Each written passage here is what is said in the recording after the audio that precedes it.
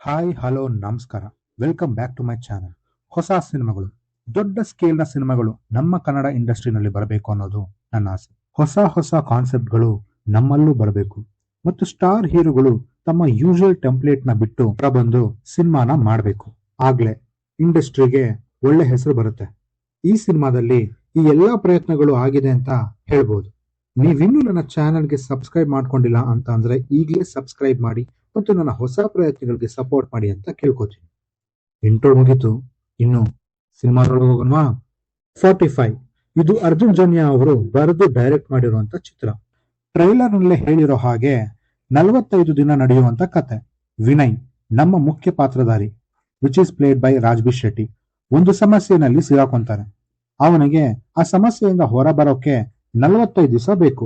ಇನ್ನು ಇವನು ಈ ಸಮಸ್ಯೆಗೆ ಹೇಗ್ ಸಿಗಾಕೊಂಡ, ಸಮಸ್ಯೆ ಮಾಡ್ತಿರೋರು ಯಾರು ಮತ್ತು ಇವನಿಗೆ ಸಹಾಯ ಮಾಡೋಕೆ ಬಂದವರು ಯಾರು ಅನ್ನೋದನ್ನ ನೀವು ಸಿನಿಮಾ ನೋಡಿನೇ ತಿಳ್ಕೋಬೇಕು. ಮೊದಲಿಗೆ ಇಲ್ಲಿನ ಪಾಸಿಟಿವ್ ವಿಷಯಗಳಿಗೆ ಬರೋದಾದ್ರೆ ಅದು ಇಲ್ಲಿನ ಕಾನ್ಸೆಪ್ಟ್ ಚಿಕ್ಕದೆ.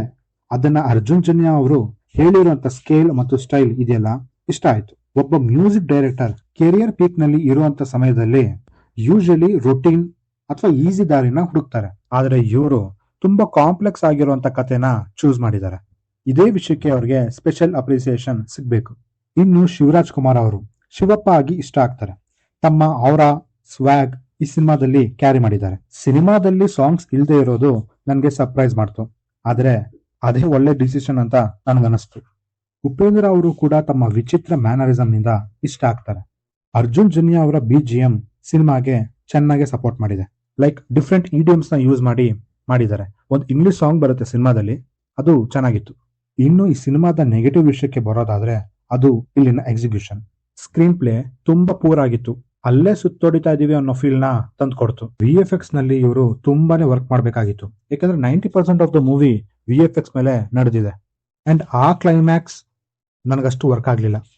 ಗರುಡ ಪುರಾಣದ ಕಾನ್ಸೆಪ್ಟ್ ತಂದಿದ್ದು ಖುಷಿ ಆಯ್ತು, ಬಟ್ ಅದು ಸಿನಿಮಾಗೆ ಯಾವುದೇ ರೀತಿಯಾಗಿ ಸಪೋರ್ಟ್ ಮಾಡ್ಲಿಲ್ಲ. ಸಿನಿಮಾದಲ್ಲಿ ಫ್ಯಾನ್ ಮೂಮೆಂಟ್ಸ್ ಗಳು ಚೆನ್ನಾಗಿದಾವೆ. ಶಿವರಾಜ್ ಕುಮಾರ್ ಅವರ ಎಂಟ್ರಿ, ಹಳೆ ಸಾಂಗ್ಸ್ ಗಳನ್ನ ಯೂಸ್ ಮಾಡಿದ್ದು ಇಷ್ಟ ಆಯ್ತು. ಸಿನಿಮಾಗೆ ಎಡವಟ್ ಅಂತ ಅನ್ಸಿದ್ದು ಆ ಕ್ಲೈಮ್ಯಾಕ್ಸ್ ಒಂದೇ. ಸೊ ಓವರ್ ಆಲ್ ಆಗಿ ಹೇಳ್ಬೇಕು ಅಂತಂದ್ರೆ ಸಿನಿಮಾ ಬಿಲೋ ಅವರೇಜ್ ಆಗಿತ್ತು.